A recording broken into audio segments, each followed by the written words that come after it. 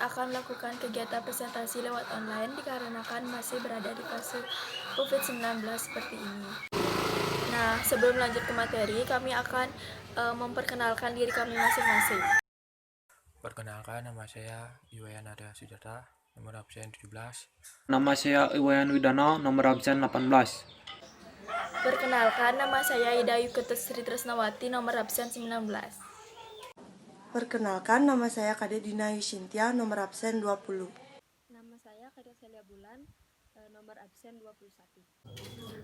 Jadi di sini kita akan membahas tentang hukum Hindu, di mana kami dapat materi tentang hukum Hindu dalam arti sosiologi. Di sini saya akan membahas tentang di mana arti sosiologi itu merupakan ilmu yang mempelajari perilaku sosial antara individu dengan individu, individu dengan kelompok, dan kelompok dengan kelompok.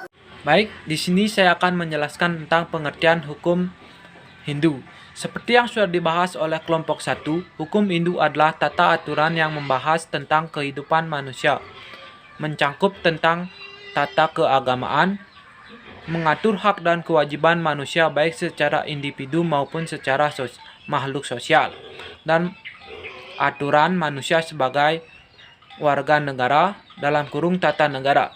Materi selanjutnya tentang pengertian hukum Hindu secara sosiologi akan dilanjutkan oleh teman saya. Sosiologi yaitu kegiatan yang mempelajari ilmu kemasyarakatan.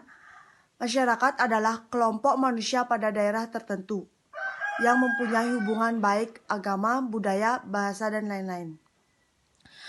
Penggunaan sumber hukum di dalam arti sosiologi ini biasanya dipergunakan oleh para sosiolog dalam menyusun tesa-tesanya.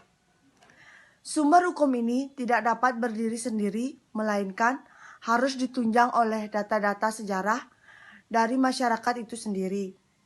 Oleh karena itu, sumber hukum ini tidak bersifat murni berdasarkan ilmu sosial semata, memerlukan ilmu bantuan lainnya. Baik, saya akan melanjutkan penjelasan materi dari teman saya. Di dalam bermasyarakat, pemikiran tentang berbagai kaidah hukum tidak terlepas dari pandangan-pandangan masyarakat setempat.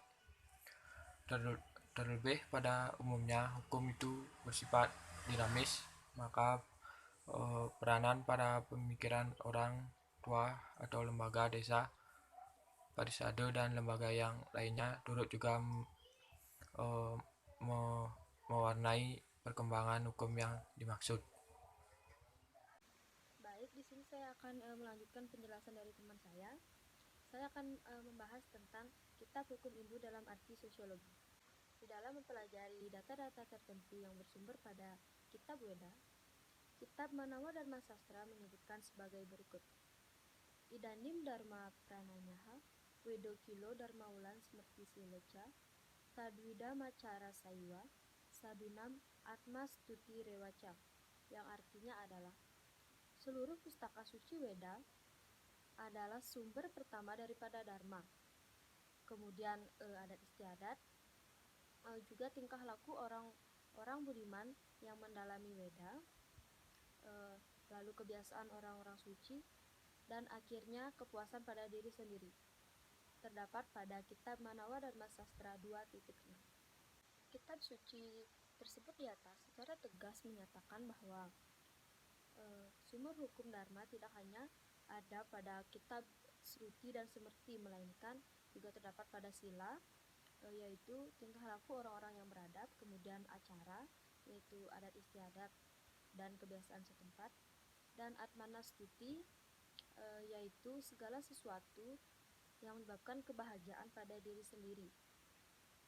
Oleh karena aspek sosiologi tidak hanya mempelajari bentuk masyarakat, namun juga mempelajari tentang moral dan kebiasaan yang berkembang pada masyarakat setempat.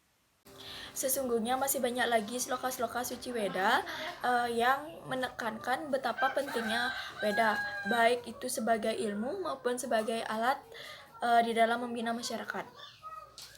Berdasarkan ketentuan-ketentuan yang ada, penghayatan Weda bersifat sangat penting karena bermanfaat bukan saja kepada orang itu tetapi juga yang akan dibinanya.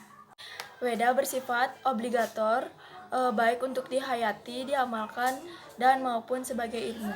Inilah yang menjadi hakikat dan tujuan daripada penyebaran Weda itu. Seiring dengan tuntutan memperoleh pengetahuan dewasa ini, yakni dengan mengingat, memahami, mengevaluasi, dan mencipta sesuai dengan tatanan yang berlaku. Baik, sekian penjelasan dari kelompok kami. Jika ada salah kata atau pengucapan, kami minta maaf. Akhir kata kami ucapkan Namo Santi. Om Santi, Santi, Santi.